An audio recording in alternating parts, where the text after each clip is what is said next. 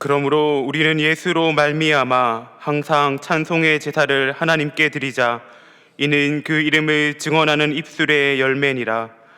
은혜로우신 하나님 아버지, 십자가가 점점 가까이 다가오는 사순절 시간에 저희를 불러주시고 무거운 죄의 짐을 십자가 밑에 풀어놓게 하시니 감사를 드립니다. 이 시간 주님의 따뜻한 햇빛으로 우리의 인생의 어두움을 비추어 주시고 날마다 주님의 사랑으로 말미암아 감격하는 삶을 살게 하옵소서. 잃어버린 한 영혼을 향한 하나님의 마음을 우리에게도 주셔서 영혼 구원을 향하여 끊임없이 기도하는 삶을 살게 하옵소서. 예수 그리스도의 이름으로 기원하옵나이다. 아멘.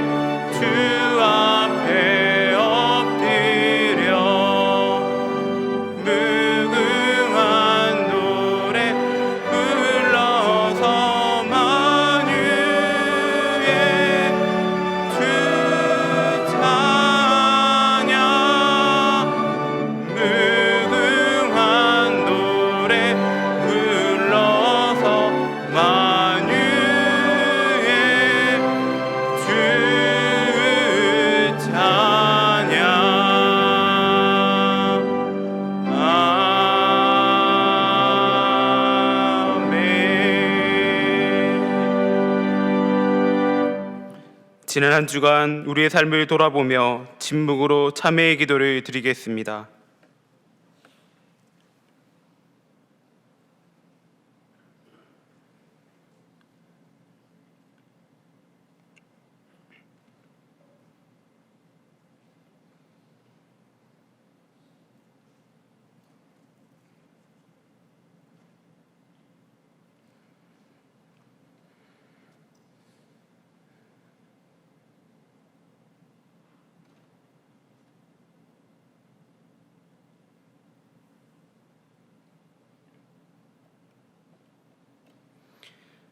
하나님께서 주시는 사죄의 말씀입니다. 그의 노염은 잠깐이요 그의 은총은 평생이로다. 저녁에는 울음이 깃들일지라도 아침에는 기쁨이 오리도다. 아멘.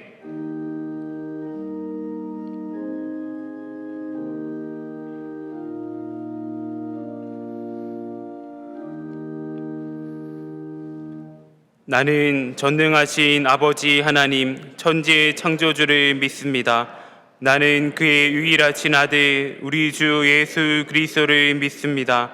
그는 성령으로 잉태되어 동정녀 마리아에게서 나시고 본디오 빌라도에게 고난을 받아 십자가에 못 박혀 죽으시고 장사된 지 사흘 만에 죽은 자 가운데서 다시 살아나셨으며 하늘에 오르시어 전능하신 아버지 하나님 우편에 앉아 계시다가 거기로부터 살아있는 자와 죽은 자를 심판하러 오십니다. 나는 성령을 믿으며 거룩한 공교회와 성도의 교제와 죄를 용서받는 것과 몸의 부활과 영생을 믿습니다. 아멘.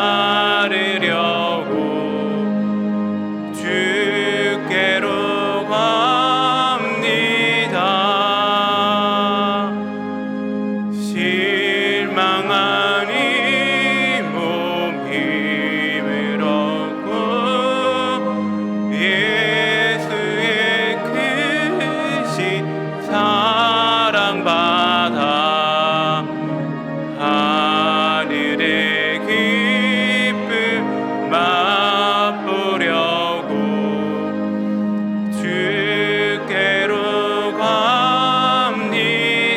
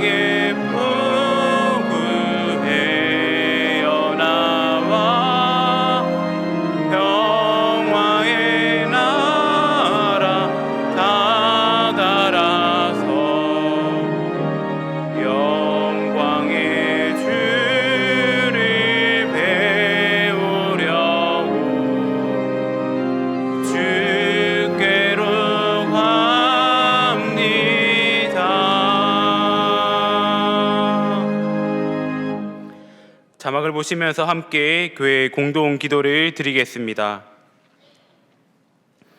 자비가 풍성하신 하나님, 캄보디아에서 사역하시는 이훈 조복슨 선교사님을 보호하여 주시고 빈민 구제 사역과 집수리 사역을 통해 소외된 이웃들에게 예수님의 사랑이 전해지게 하옵소서. 62기 중보기도 졸업생과 63기 수료생이 하나님의 거룩한 사명을 감당하는 기도의 정병으로 살아가게 하옵소서.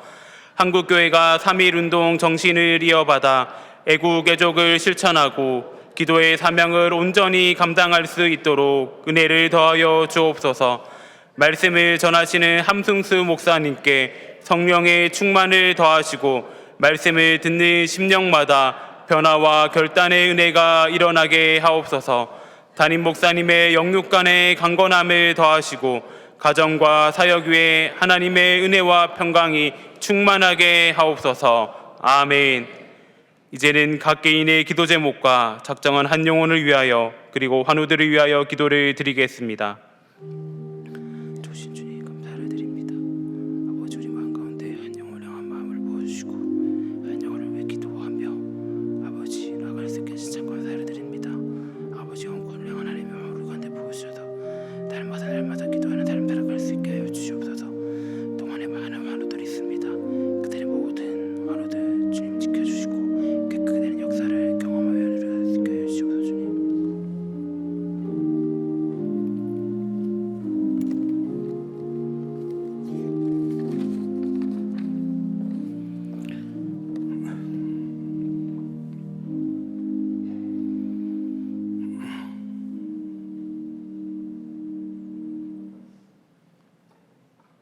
살아계셔서 역사하시는 하나님 아버지, 무지갯빛 희망을 찾아가는 2024년 사순절 둘째 주일, 찬양과 예배로 우리에게 허락하신 삶의 여정을 시작합니다.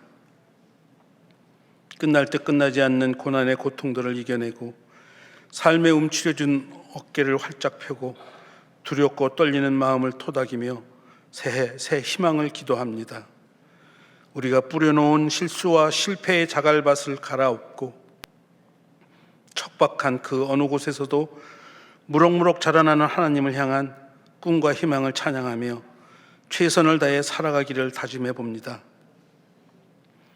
하나님, 이전 것은 지나갔으니 새해에는 모든 것들이 새롭게 시작되게 하시옵소서. 몸도 마음도 아프지 않게 하시고 걱정 근심도 조금만 하게 하시고 욕심대로 살아가는 교만도 버리게 하시고 하나님이 주신 생명과 하나님이 이끄시는 인생길을 겸손하게 순종하며 살아가게 하여 주시옵소서. 하나님, 늦었다고 생각될 때 다시 시작하게 하여 주옵소서.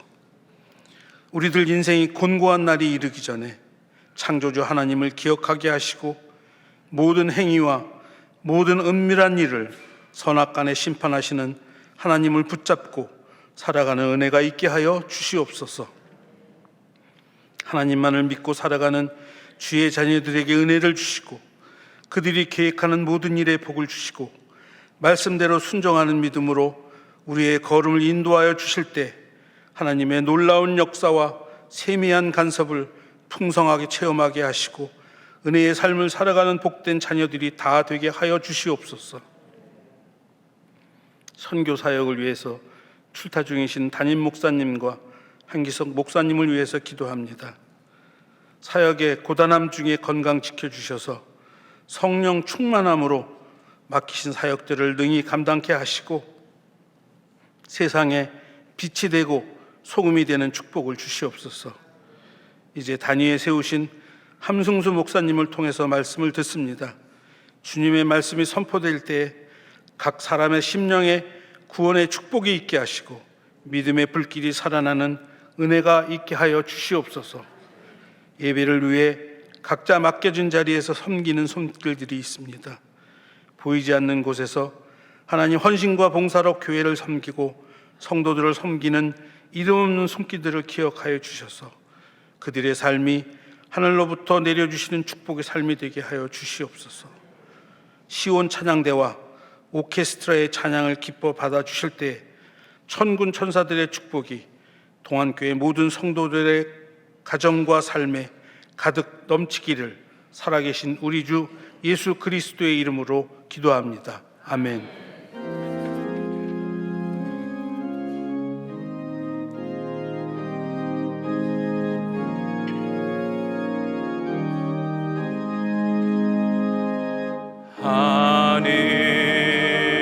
하늘에 계신 아버지 이름 거룩하사 주님 나라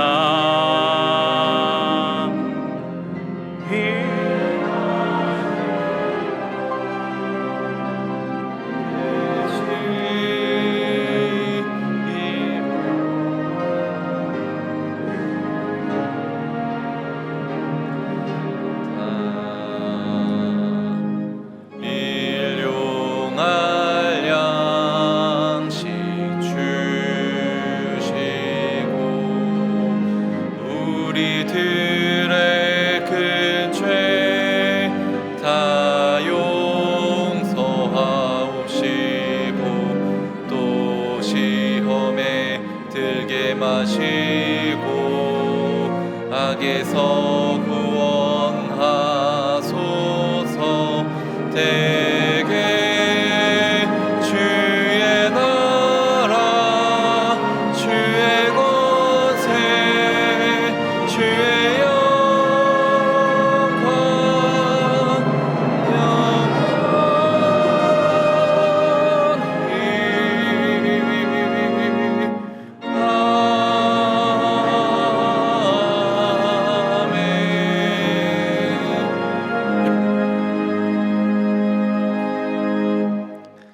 만물의 주관자 되시는 하나님 아버지, 우리의 삶을 바라보시고 위로하시며 치유하시는 주님의 은혜에 감사드립니다.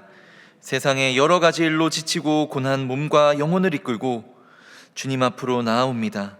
세상의 많은 것들을 의지하지 않고 오직 위로의 근원이 되시는 주님 앞으로 나아왔사오니 주님의 넓은 품으로 안아주시고 우리를 그 품 안에서 놓지 말아 주옵소서. 지금 이 시간 예물을 드릴 때에 우리의 마음과 정성도 함께 올려드립니다. 우리의 마음과 정성의 예배를 아벨의 제사와 같이 기뻐 받아주시며 예물을 드리는 손길마다 새겨진 기도 제목들 위에 하나님의 선하신 은혜와 사랑으로 응답하여 주옵소서.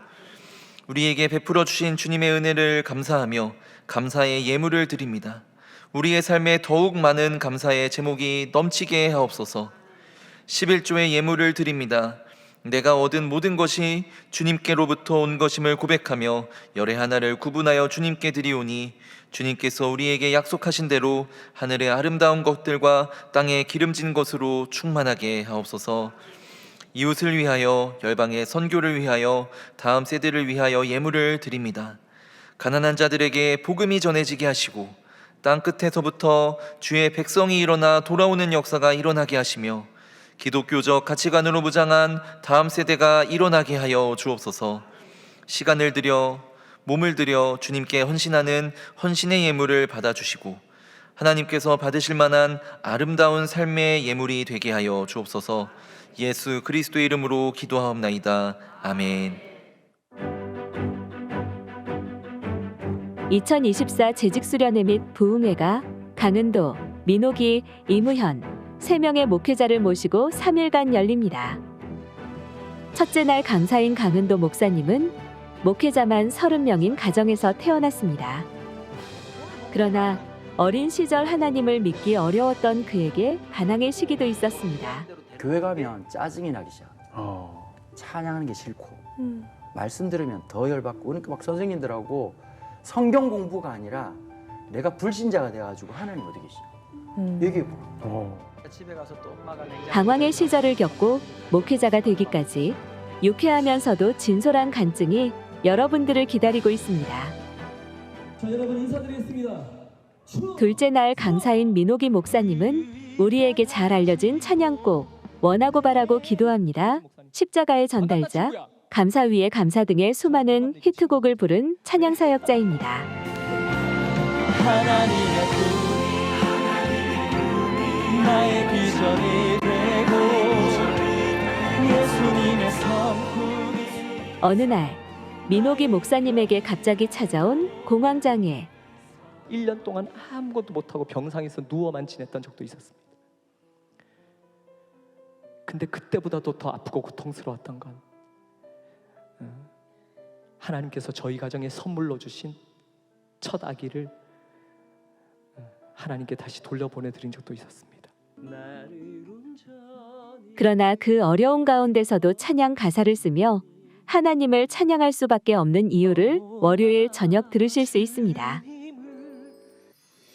셋째 날 강사인 이무연 목사님은 매년 6만 킬로미터 이상을 이동하며 복음이 필요한 곳에 말씀을 전하고 있습니다.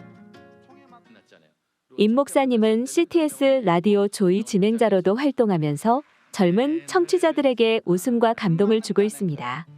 정말로 재직분들의 마음, 또 함께하는 모든 사역자들의 마음, 또 여러분들의 모든 마음이 모여져서 동안교회와 또 그 지역과 이 나라 민족에 있는 많은 다음 세대와 성도님들을 품을 수 있는 귀한 은혜를 나눌 수 있기를 소망합니다. 저도 기대하고요. 함께 기도하면서 우리가 주님의 은혜를 간절히 사모하는 시간, 누리는 시간 되기를 소망합니다. 특별히 동안교회는 저의 막내 여동생이 다니고 있는 교회라서 마치 자식을 맡겨놓은 부모의 심정으로 늘 동안교회에 빚진 마음입니다. 그 빚을 제가 그날 다 갚을 수 있도록 부디 많은 분들이 오셔서 함께 뜨거운 예배 가운데서 하나님을 만나고 경험하시기를 간절히 원하고 바라고 기도합니다. 여러분 사랑하고 축복합니다. 다음 주 주일 저녁부터 시작하는 3일의 부흥회에 성도님들의 많은 참여 부탁드립니다.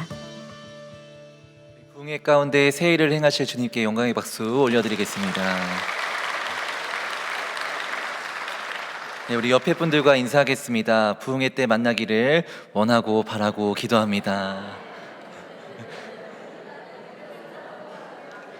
네, 한 번만 더 인사하겠습니다. 주님의 평강을 기원합니다.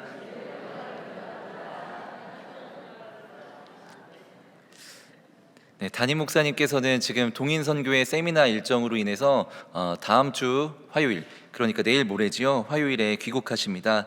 마지막 일정까지 안전한 여정 될 수 있도록 기도 부탁드립니다. 오늘 주보를 보시면 간지가 2장이 있습니다. 하나는 영상에서 보신 것처럼 재직 수련회 및 부흥회가 다음 주 주일부터 5일까지 3일간 진행됩니다. 특별히 아이들을 위한 돌봄 교실도 운영될 예정이고 출근하시는 분들을 위해서는 월요일과 화요일에 여러분들께서 드실 수 있도록 간단한 저녁 식사를 마련할 예정이오니 많이 참석하셔서 하나님의 은혜 누리시기를 권면드립니다. 두 번째 간지는 동안 청춘교실 개강 안내입니다. 제가 신방을 하면서 많은 어르신들께서 이날을 손꼽아 기다리셨다고 들었습니다. 3월 7일 목요일부터 개강합니다. 많은 교사분들께서 열심히 섬겨주신 덕에 동안 청춘교실이 많이 부흥했고 지역 주민분들에게 그리고 또 이웃 교회들에게도 선한 영향을 끼치고 있습니다. 그런데 아직 교사로 섬길 손길이 조금 더 필요하다고 하니 많은 성도님들의 관심과 기도와 참여를 부탁드립니다. 오늘 1부에서 3부 예배는 사학법인 미션 네트워크 사무총장으로 섬기시는 함승수 목사님께서 말씀을 전해주십니다. 함승수 목사님께서는 동안교회가 모교회이신데요, 많은 장로님과 권사님과 집사님들의 기도와 양육으로 가르침을 받아 성장하셨고 지금은 기독교 교육학 교수로서 기독교 교육의 최전선에서 기독교 학교의 정체성을 세워나가는 귀한 사역을 감당하고 계십니다. 우리 목사님의 사역을 위해서 기도를 부탁드리고 말씀을 전하실 때에 또한 많은 은혜 누리시기를 축복합니다. 오늘 저녁 예배는 중보기도학교 62기 졸업 예배로 드립니다. 마을과 부서에서 함께 참석하셔서 졸업자들을 축하해 주시면 감사하겠습니다. 3월 큐티진이 발행되었습니다. 하나님의 말씀과 깊은 영적 교제 나누시는 모든 성도님들 되시기를 축복합니다. 지금부터 제63기 중보기도학교 헌신서약식을 진행하도록 하겠습니다. 63기 중보기도학교 수료생은 총 46명입니다. 우리 수료생 분들께서는 자리에서 일어나 주시기를 부탁드립니다. 오늘 서약식에 참여하시는 수료생들은 앞으로 16주간 매주일 1시간씩 시간을 약정하여서 교회 중보기도실에서 우리 성도님들의 중보기도 요청에 따라서 기도하는 사역을 감당하게 됩니다. 그 사역에 앞서서 중보기도 사역자로서 하나님과 성도님들 앞에서 지켜야 할 서약을 하게 됩니다. 수료생들께서는 오른손을 드시고 제가 묻는 질문에 대해서 하나님과 공동체 앞에서 대답해 주시기 바랍니다. 중보기도를 삶의 최우선 순위에 두고 매주 1시간의 약정된 기도 시간을 확실히 지키겠습니까? 기도 신청 내용에 대해서는 어떠한 경우에도 비밀을 철저히 지키겠습니까? 중보기도학교 훈련을 마친 후에도 일평생 중보기도자로 헌신하며 살겠습니까? 네, 감사합니다. 이제 손을 내리시고 우리 수료생들을 위해 기도하겠습니다. 살아서 역사하시는 아버지 하나님, 귀한 중보기도 사역을 우리들에게 맡겨주심에 감사드립니다. 주님께서 맡겨주신 이 사명은 우리 모든 성도들에게 허락된 사명인 줄로 믿사오니 우리가 함께 이 시간 기도에 동참함으로 말미암아 저들의 여정을 축복하게 하여 주옵소서. 이제 집중 강의를 수료한 수료생들이 16주간 일주일에 1시간씩 하나님께 약정한 기도 시간을 지키기를 간절히 소망합니다. 그 마음을 지켜주시고 그 믿음의 고백을 지킬 수 있는 환경을 열어 주옵소서. 교회와 나라와 민족을 위해 기도할 때, 특별히 또한 담임 목사님을 위하여 기도할 때마다 그 마음에 성령께서 하나님의 마음을 부어주시고 저들의 기도를 통하여서 하늘 문이 열리며 중보기도의 능력이 이 땅 가운데 임하는 체험을 하게 하여 주옵소서. 하나님의 자녀들이 합심하여 기도할 때마다 우리의 기도를 들으시고 응답하시는 하나님의 은혜를 누리게 하여 주시고 나아가 저들이 동안교회의 기도의 정병으로 훈련되게 하여 주옵소서. 예수 그리스도의 이름으로 기도하옵나이다. 아멘. 우리 수료생들은 자리에 앉아주시기를 바랍니다. 우리 수료생분들을 위해서 격려의 박수하겠습니다. 네, 나머지 소식은 영상을 통해서 나누겠습니다. 주를 위한 이곳에 예배하는 자들 중에 그가 찾는 이 없어 주님께서 슬퍼하시네. 주님이 찾으시는 그 한 사람 그 예배자 내가 그 사람 되기 간절히 주께 예배하네. 주 은혜로 이곳에 서 있네. 주 임재에 엎드려 절하네. 그 어느 것도 난 필요 없네. 주님만 경배해. 주 은혜로 이곳에 서 있네. 주 임재에 엎드려 절하네. 그 어느 것도 난 필요 없네. 주님만 경배해. 이 시간 우리의 모습을 걸어봅시다. 주님이 찾으시는 한 사람 그 예배자 되기를 원합니다. 오늘 우리에게 주시는 하나님의 말씀은 창세기 12장 1절에서 4절, 고린도후서 5장 7절 말씀입니다. 다 함께 일어나셔서 하나님의 말씀을 경청하겠습니다. 여호와께서 아브라함에게 이르시되 너는 너의 고향과 친척과 아버지의 집을 떠나 내가 내게 보여줄 땅으로 가라. 내가 너로 큰 민족을 이루고 내게 복을 주어 내 이름을 창대하게 하리니 너는 복이 될지라. 너를 축복하는 자에게는 내가 복을 내리고 너를 저주하는 자에게는 내가 저주하리니 땅의 모든 족속이 너로 말미암아 복을 얻을 것이라 하신지라. 이에 아브라함이 여호와의 말씀을 따라갔고 롯도 그와 함께 갔으며 아브라함이 하란을 떠날 때에 75세였더라. 이는 우리가 믿음으로 행하고 보는 것으로 행하지 아니함이로다. 이것은 하나님의 말씀입니다. 아멘.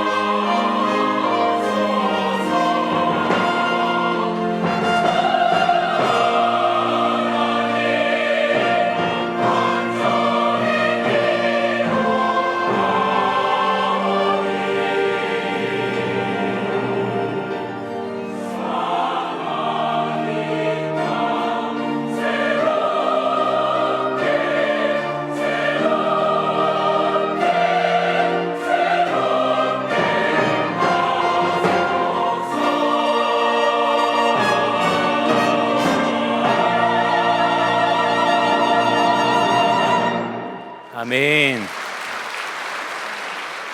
이제 함승수 목사님 나오실 때 동원의 박수로 환영하시겠습니다.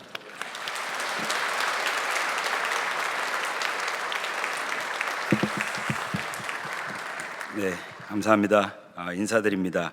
함승수 목사입니다. 목사로 또 교수로 살아가면서 여러 설교도 했고 강의도 많이 했는데 늘 설교는 영광스러운 자리인 것 같습니다만은 오늘 제가 자라온 동안교에서 설교를 하는 것이 영예로운 동시에 상당히 부담스러운 일입니다. 저는 동안의 뜰 안에서 자라났고 모태신앙으로 동안교에서 성장했습니다. 지금 이 건물이 있기 전에 빨간 벽돌에 동안교회를 기억합니다. 옥탑에 소년부실이 있었는데 거기서 여름성경학교 했던 기억이 생생합니다. 지하 식당에서 친구들과 몰래 내려가서 라면 끓여 먹다가 권사님들께 엄청 혼났던 기억도 있습니다. 오남리 기도원에 가서 뜨겁게 예배하고 그때 또 주님 영접하고 그랬던 기억도 있고, 지금은 이제 유치원 건물이 된 것 같습니다만은 그 뒤에 하얀 집이 있었습니다. 예전에 그곳에서 친구들끼리 모여서 함께 예배했던 그런 기억들이 있습니다. 대학교 때 전공을 정치외교를 했습니다. 과 특성상 사람들이 술 먹고 이렇게 모이는 것을 좋아했는데 저는 그런 모임에 통 나가지 않았습니다. 그래서 선배들이 저에게 물었습니다. 도대체 너는 무슨 재미로 사냐라고 했을 때 저는 숨도 쉬지 않고 교회 다니는 재미로 산다라고 이야기했습니다. 제 인생에 있어서 제가 사역을 하고 제가 여러 가지 일들을 할 수 있는 가장 큰 영향을 준 것이 바로 동안교회였기 때문입니다. 그런 교회에서 이렇게 설교를 할 수 있는 것이 참 감사합니다.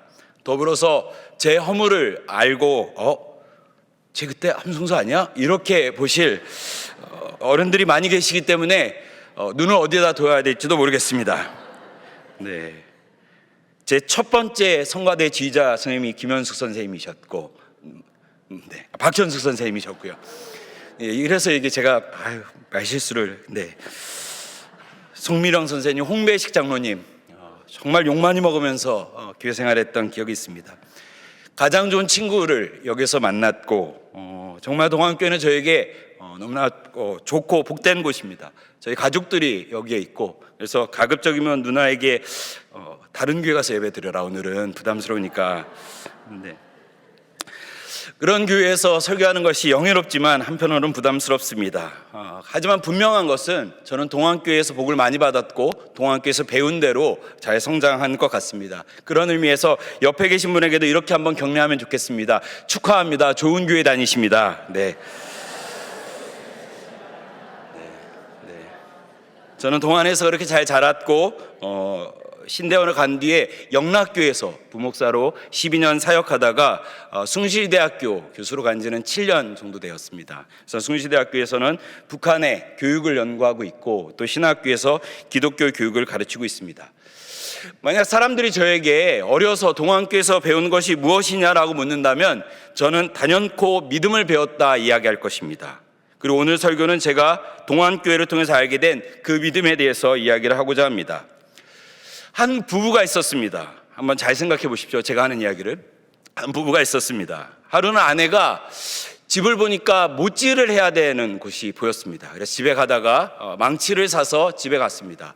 그리고 그 주말에 남편을 깨우면서 부탁을 했습니다. 오늘 좀 대청소를 하고 전구도 갈고 망치질도 좀 하자라고 부탁을 했습니다. 그래서 남편이 그렇게 하겠노라고 얘기하고 아내에게 그럼 망치를 좀 가져다 달라 이렇게 얘기했습니다. 근데 분명히 내가 사뒀던 망치가 갑자기 어디에 있는지 기억이 나지 않는 겁니다. 분명히 샀던 기억이 있는데 망치가 있는 기억이 있는데 그 망치가 어디 있는지 찾을 수가 없는 것이었습니다. 그래서 남편의 마음이 쉬 바뀔까 봐 아내는 급하게 나가서 커다란 돌멩이 하나를 들고 왔습니다. 그리고 그것을 내어주고 이걸로 망치질을 하라고 했다는 이야기입니다. 자, 여기서 묻겠습니다. 이 집에는 망치가 있습니까? 화나신 건가요? 망치가 있습니다. 그럼 이 집은, 이 부부는 못을 박을 때 망치를 사용했습니까? 망치를 사용하지 않았습니다. 분명히 망치가 있는데 망치를 사용하지 않았습니다. 그럼 이것이 가장 중요한 질문입니다. 그렇다면 이 집은 망치가 있는데 망치를 사용하지 못한 이 집은 망치가 있는 것과 같습니까? 망치가 없는 것과 같습니까? 망치가 없는 것과 같습니다. 맞습니다. 그럼 왜 그런 일이 벌어집니까? 저를 한번 따라해 보시죠. 집구석 정리를 안 해놔서. 한번 하셔야 됩니다. 집구석 정리를 안 해놔서. 이게 중요한 겁니다. 정리를 해놓지 않으면 사용할 수 없고, 사용할 수 없으면 사실 없는 것과 같습니다. 이게 중요해서 자막으로 좀 부탁드렸는데요. 같이 한번 읽어보겠습니다. 시작. 정리를 해놓지 않으면 사용할 수 없고, 사용할 수 없으면 없는 것과 같다. 사실 믿음도 이와 같습니다. 신앙도 이와 같다고 생각합니다. 우리는 믿음이 무엇인지 날마다 정리해 놔야 합니다. 하나님은 어떠한 분이시고 창조자 되신 하나님이 어떠한 분이신지 우리는 분명히 정리해 놔야 합니다. 사순절 기간을 지나면서 예수님이 2000년 전에 우리를 위하여 십자가를 지셨다는 그 사건이 오늘 나에게 어떠한 의미인지 우리는 정리해 놔야 합니다. 성령님께서 날마다 우리와 함께 하신다고 말씀하시는데 그 의미가 무엇인지 우리는 정리해 놔야 합니다. 왜냐하면 우리는 날마다 살아가지만 특별히 순간순간 믿음이 작동해야 될 때가 있기 때문입니다. 제가 영락교회에서 사역을 할 때 교회가 명동에 있습니다. 그래서 사택이 신당동에 있었습니다. 신당동. 여러분 신당동 가보셨습니까? 신당동은 무엇이 유명합니까? 떡볶이가 유명하다고 생각합니다. 하지만 본래 신당동은 조선시대에 죽은 사람들의 제사해주는 신당이 있다 해서 신당동입니다. 귀신 신자에 집당자를 쓰죠. 당연히 떡볶이 집보다 점집이 많습니다. 그런데 황당하게도 그 점집에 교회 다니는 분들이 많이 간다는 이야기를 들었습니다. 어느 정도로 가는가 생각을 해봐서 찾아보니까 2015년도에 미국의 어떤 뉴스를 보니까요, 미국 교회 다니시는 분들의 80%가 점집을 다닌다라는 뉴스 기사를 본 적이 있습니다. 그러니까 미국은 좀 다르겠죠. 그러니까 교회 신앙이 없어도 그 한인 커뮤니티를 위해서 교회를 나가시는 분들이 있으니 그럴 수 있겠다 생각했습니다.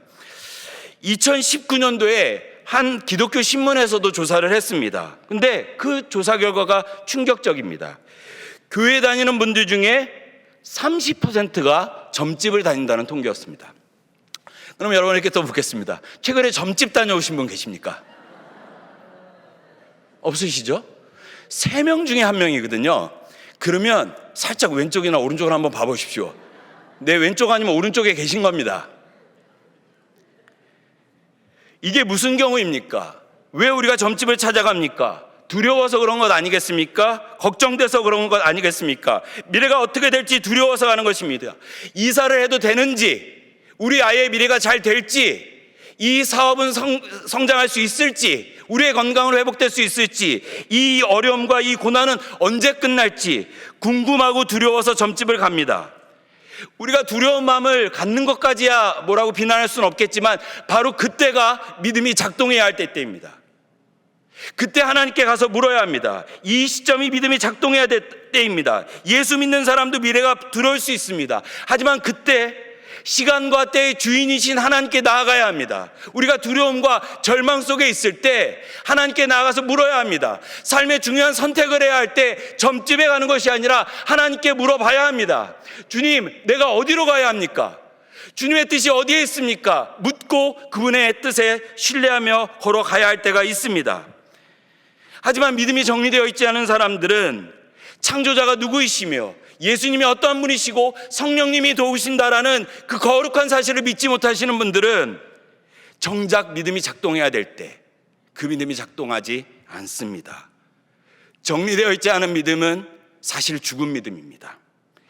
결정적인 순간에 예수님 믿지 않는 사람들과 똑같이 행동하는 것입니다. 제가 교회 사역을 하면서 이제 교회 학교도 이렇게 섬기고 있을 때 한 아이의 이렇게 일이 굉장히 저에게 큰 기억에 남습니다. 그 중학생 아이였는데 굉장히 모범생이었습니다. 공부도 잘하고 학교에서도 아주 모범적이고 신앙생활도 열심히 하는 그런 아이였습니다. 근데 하루는 그 아이가 그 병원에 응급실에 실려갔다, 한양대 응급실에 실려갔다고 해서 전화가 와서 급하게 찾아갔습니다. 가보니까 아이가 시민성 호흡장애, 그러니까 학교에서 선생님에게 혼났는데 좀 과하게, 얘기를 들어봤을 때는 굉장히 과하게 혼났던 것 같습니다. 아이가 너무 충격을 받은 거예요. 그래서 아이가 쇼크를 받아서 숨을 못 쉬고 있었습니다. 그래서 어머니랑 바깥에 나와서 얘기했습니다. 어머니, 괜찮다고 안심시킵시다. 아, 괜찮아. 하나님이 널 지켜주실 거야. 괜찮아. 네 잘못 아니야. 이렇게 얘기해 주자 했습니다. 그리고 기도해 주고 얘기했습니다. 괜찮아. 괜찮아. 네 잘못 아니야. 다 잘 될 거야. 괜찮아. 그때 어머님이 옆에서 뭐라고 하신 줄 아십니까? 괜찮아. 지금 병원에 있어도 좋은 대학 갈 수 있어. 이게 아닌데, 제가 괜찮다라고 얘기했던 것은 그것이 아닌데 어머니가 계속 괜찮아. 지금 좀 학교 안 가도 좋은 대학 갈 수 있어. 이 얘기를 계속 하는 거예요. 그래서 어머니 그게 아니지 않습니까? 얘기했는데 어머니가 계속 그런 얘기를 했던 것을 보았습니다. 그 아이가 계속 어려움을 겪었습니다. 학교 가다가 실신하고 그 스트레스가 너무 컸는지 이겨내지를 못했습니다. 그래서 아이가 저러다 큰일 나겠다 싶어서 제가 있었던 공동체가 큰 공동체여서 신방을 잘 안 했는데 그 집에는 신방을 갔습니다. 그 어머니께 전화를 해서 저는 아이가 자퇴했으면 좋겠습니다. 휴학을 하거나 자퇴를 해서 아니면 대안학교로 가면 좋겠습니다. 저러다 아이가 큰일 나겠습니다. 너무 걱정이 돼서 저녁 때 가서 어머님과 아이를 불러놓고 얘기했습니다. 그리고 저는 좋은 대안학교들이 많으니 대안학교로 가는 게 어떻겠냐. 그러니까 어머니가 기회를 놓치지 않고 그렇지, 얘야 대안학교 가도 서울대학교 갈 수 있어, 이야기를 하는 겁니다.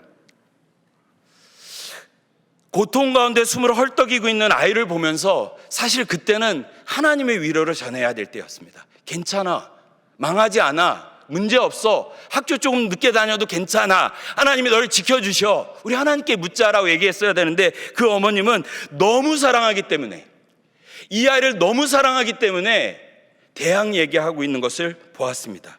참 인상 깊었습니다. 그 아이를 너무 사랑했기 때문에, 너무 중요한 결정이었기 때문에 정작 하나님을 믿지 못하는 어머님의 모습을 보면서 참 많은 생각을 했습니다. 그 어머니가 그 아이를 얼마나 사랑할까요?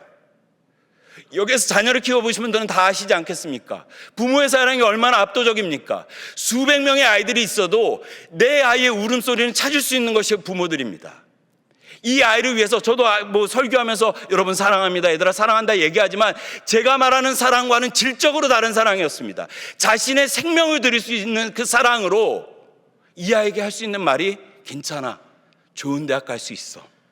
너무 사랑하기 때문에, 너무 중요한 시기이기 때문에 하나님을 믿지 못하는 그 어머님을 보면서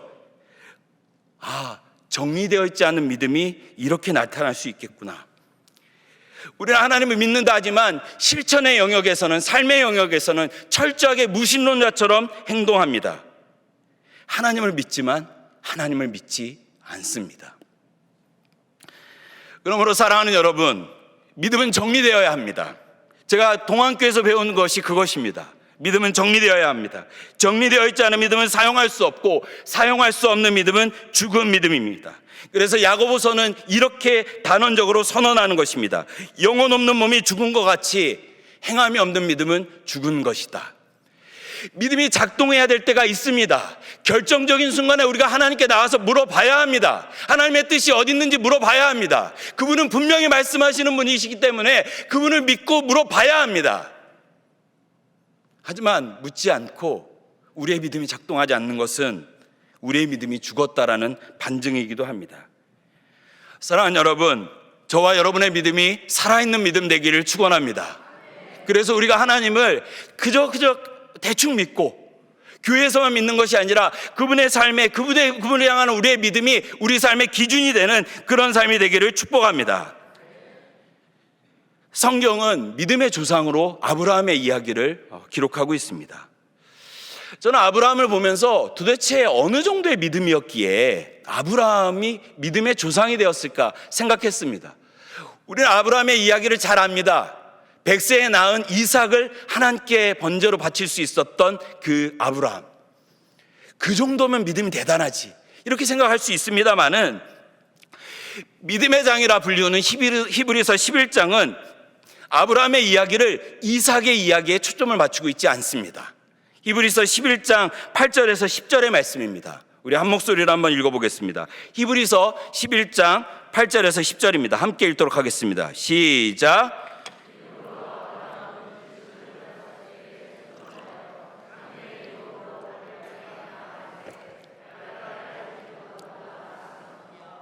믿음으로 그가 이방의 땅에 있는 것 같이 약속의 땅에 거류하여 동일한 약속을 유업으로 함께 받은 이삭 및 야곱과 더불어 장막에 거하였으니 이는 그가 하나님이 계획하시고 지으실 터가 있는 성을 바랐음이라. 아멘. 8절을 좀 띄워주시죠. 8절을요. 아브라함의 이야기를 히브리서는 이삭의 이야기로 설명하지 않습니다. 오히려 아브람이 부르심을 받았던 창세기 12장의 이야기에 초점을 맞추고 있습니다. 믿음으로 아브라함을 부르심을 받았을 때를 집중하고 있습니다. 창세기 12장 1절, 오늘 우리가 읽었던 그 구절이 바로 그 아브라함을 부르신 이야기입니다. 주님의 부르심의 내용은 비교적 간단합니다. 너는 내가 명령한 땅으로 가라는 것입니다. 내가 너를 복의 근원으로 삼을 테니, 너를 복으로 삼을 테니 너는 내가 명령한 땅으로 가라는 겁니다. 그리고 4절에 아브라함이 순종했다, 이렇게 히브리서 창세기는 이야기하고 있습니다. 생각해 보면 어려운 일이 아닙니다. 하나님이 직접 나타나셔서 어디로 가라고 얘기하는데 그것을 어느 누가 안 듣겠습니까? 그러나 아브라함이 살았던 고대 근동 사회를 좀 생각하면 이것이 결코 쉬운 일이 아니라는 것을 알 수 있습니다. 사실 구약의 이스라엘 백성은 하나님을 지역신처럼 믿었습니다. 지역신. 다시 말해서 고대 근동의 시대는 지역신 문화가 있었습니다. 예를 들면 암몬에는 밀곰이라는 신이 있었고, 수리아 지역에는 여러분들이 잘 아는 바알, 그런 신들이 있었던 겁니다.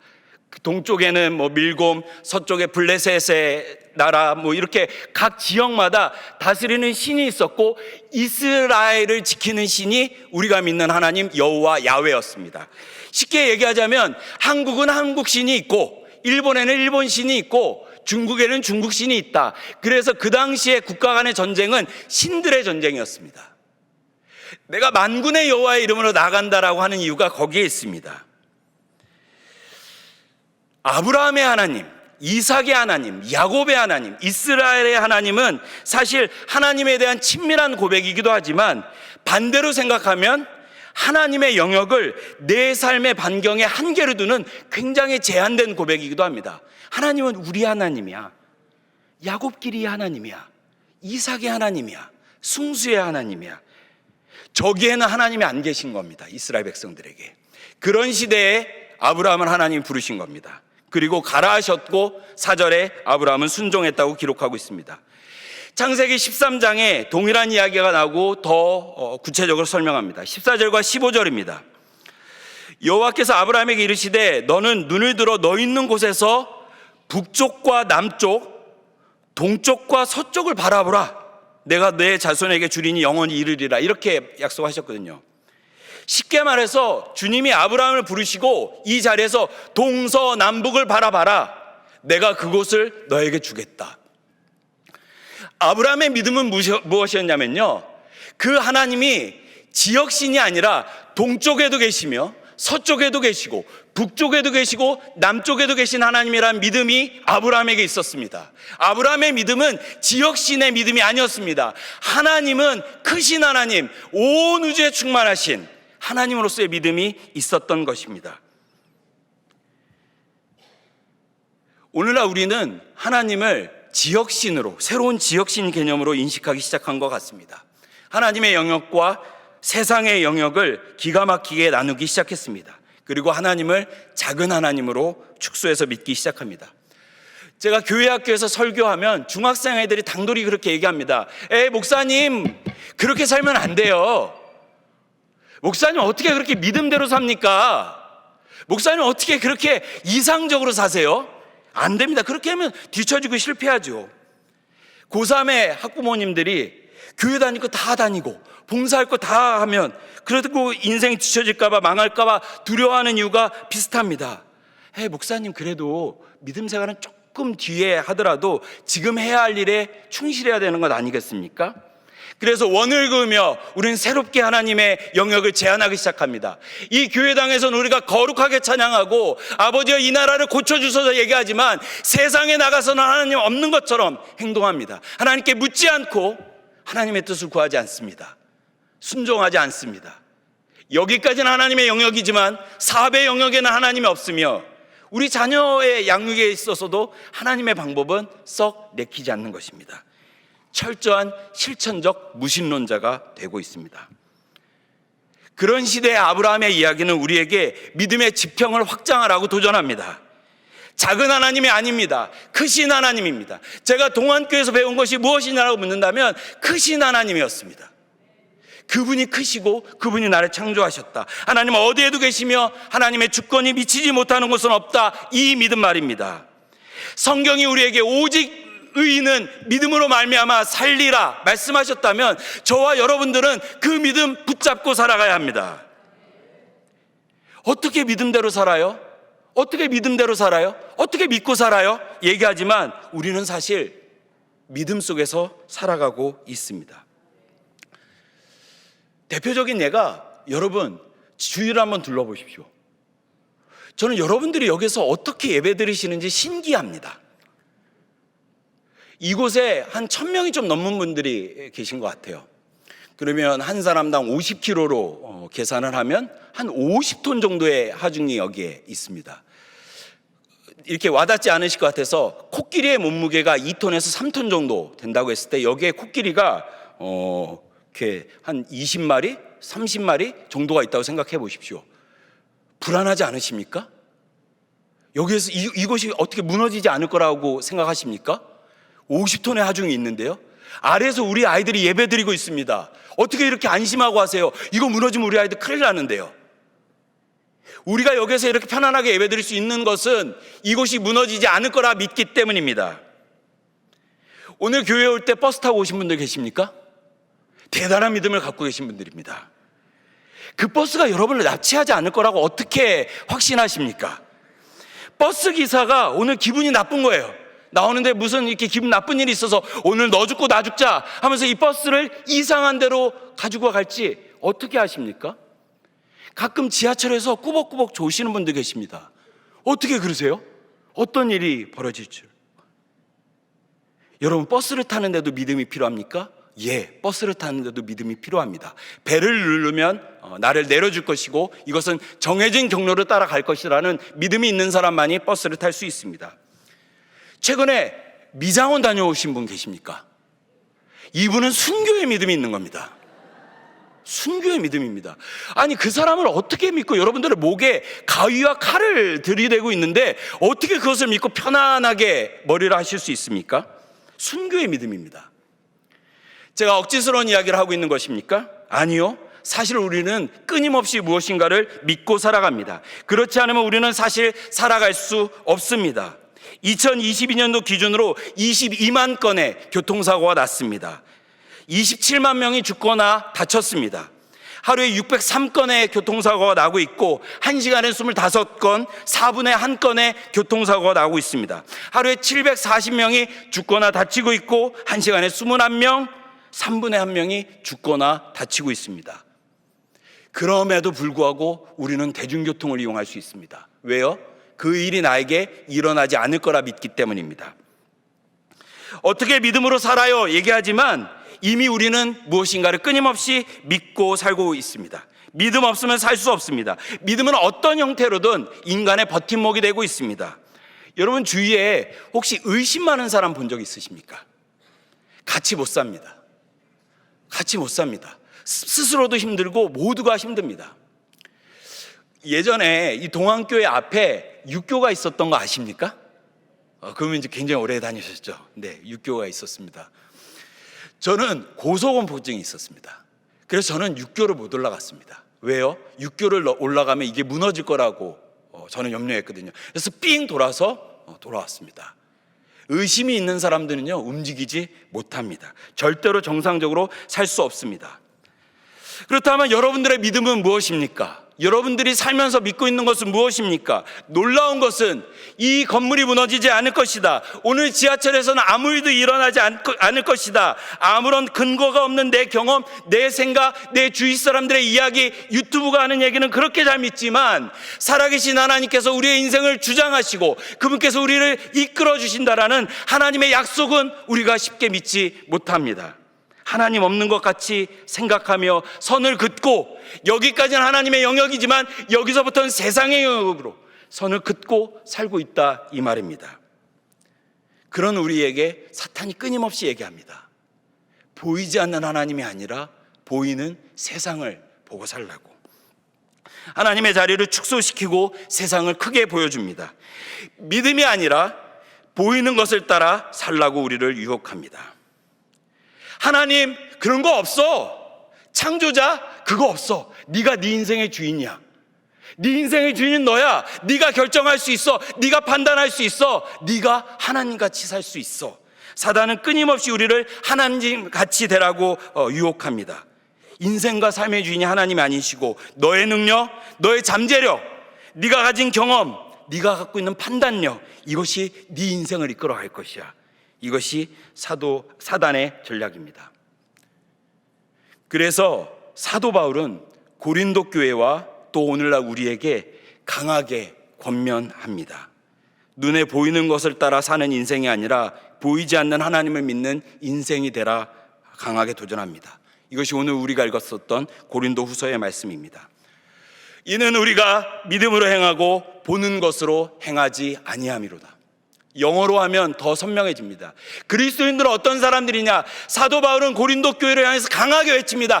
그리스도인들은 어떤 사람들이냐? We live by faith, not by sight. 그리스도인들은 어떤 사람들이냐? Not by sight. 보는 대로 사는 것이 아니라 믿음대로 사는 것이 그리스도인이다. 우리는 사이트를 보이는 대로 사는 인생이 아니라고 사도 바울은 강하게 도전하는 것입니다. 말씀을 마무리합니다. 보이는 것이 아니라 보이지 않는 하나님을 믿는 여러분의 인생이 되기를 축복합니다. 옆에 계신 분에게 한번 그렇게 얘기해 주시죠. 믿음을 굳건히 세웁시다.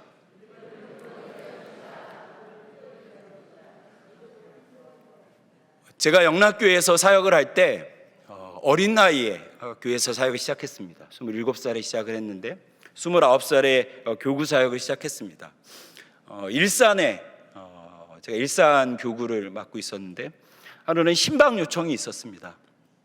근데 신방 요청의 내용을 보고 제가 너무 마음이 어려웠습니다. 왜냐하면 노부부 어르신들이셨는데 두 분 다 말기 암 환자였습니다. 도대체 29살 된 젊은 전도사가 가서 도대체 이분들에게 어떤 말씀을 전해야 하지?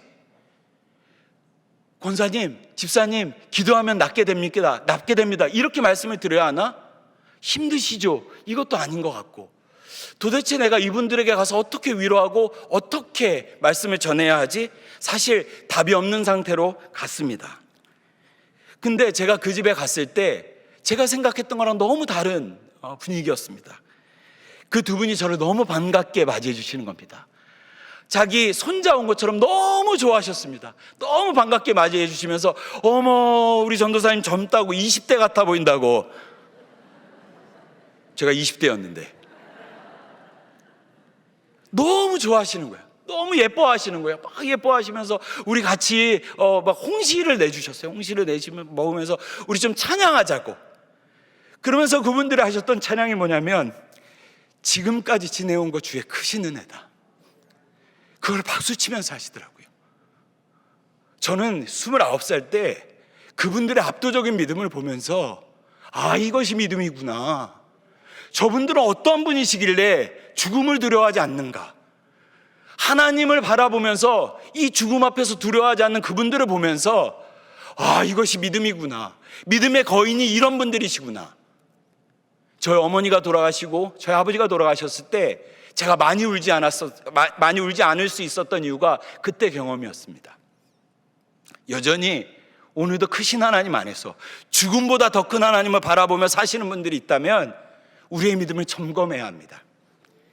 사랑하는 여러분, 아브라함의 믿음과 같이 주님은 동서남부 어디에나 계신다는 것을 믿으시기 바랍니다. 여러분의 가정 속에도 계시며 여러분의 사업터에도 있으실 겁니다. 여러분의 일터와 여러분의 자녀의 삶 속에 있을 겁니다. 혹시 고난 가운데 계신 분 계시지요? 말할 수 없는 어려움 속에 계신 분들이 있을 겁니다. 하지만 우리가 안심할 수 있는 것은 그때도 주님이 함께 하시기 때문입니다. 그 시간에도 하나님이 우리 삶의 주인이시기 때문입니다.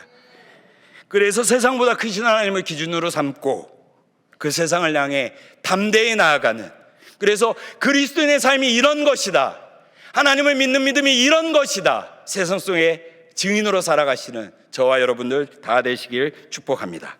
기도하겠습니다. 이는 우리가 믿음으로 행하고 보는 것으로 행하지 아니함이로다. 주님, 크신 하나님을 향한 온전한 믿음이 있게 하여 주시옵소서. 어디에나 계신 하나님, 그 크신 하나님을 붙잡고 담대히 살아가는 저희들이 되게 하여 주시옵소서. 하나님, 우리의 가정 속에서 하나님을 선포하고 우리의 사업의 주인이신 하나님을 의지하며 살아가는 저희들이 되게 하여 주옵소서. 하나님, 이 가운데 말할 수 없는 탄식과 기도 제목을 갖고 있는 분들이 있다면 주님 특별히 찾아가셔서 문제보다 크신 하나님의 그 놀라운 존재, 그 은혜, 그 은총을 내리어 주시옵소서. 그래서 우리가 세상이 할 수 없는 그리스도 안에 있는 평안과 평강 가운데 살아가는 우리들의 인생이 되게 하여 주시옵소서. 감사를 드립니다. 살아계신 예수님의 이름으로 기도드립니다. 아멘. 다 함께 일어나셔서 찬송가 545장 찬양하시겠습니다.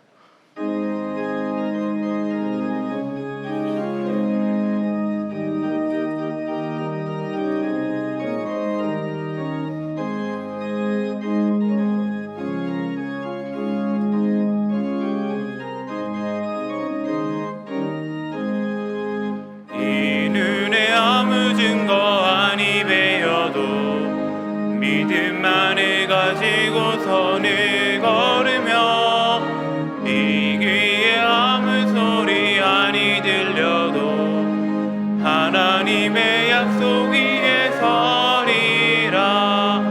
걸어가세 믿음 위에 서서 나가세 나가세 의심 버리고 걸어가세 믿음 위에 서서 눈과 귀에 아무 증거 없어도 이 눈이 보기에는 어떠하든지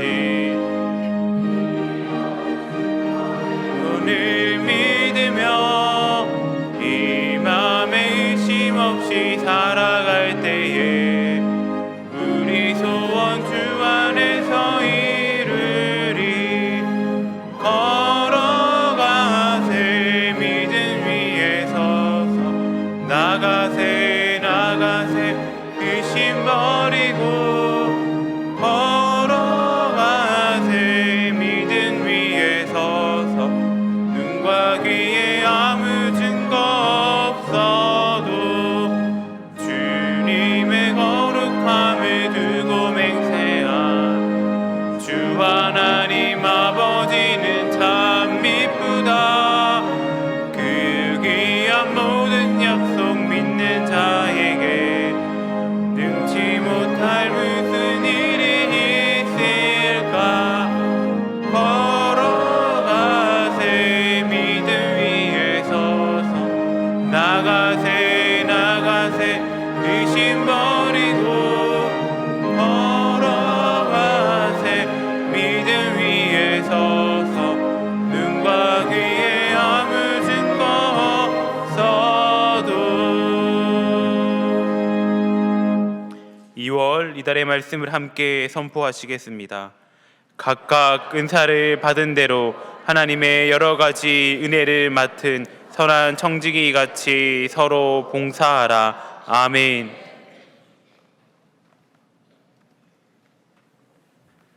주님, 오늘 복된 주님의 날에 예배하게 하시니 감사합니다. 우리의 믿음이 흔들리지 않는 믿음 되게 하시고 살아계신 하나님을 향한 온전한 믿음 되게 하여 주시옵소서. 믿음에 연약한 자들이 있다면 주님 후히 주시는 주님의 은총으로 덮으셔서 우리가 이 세상을 믿음으로 살아가는 하나님 온전한 삶 살아가는 우리 모두가 되게 하여 주시옵소서. 이제는 우리 주 예수 그리스도의 은혜와 하나님의 크신 사랑과 성령의 교통하심이 말씀을 듣고 크신 하나님, 보이는 세상이 아니라 크신 하나님을 향한 믿음으로 살아가기로 다짐하는 이 자리에 예배하는 모든 동안의 권속의 머리머리 위에, 우리의 기도 위에, 이 교회 위에, 이 나라와 민족 위에 이제로부터 영원까지 함께 하시길 간절히 축원하옵나이다. 아멘.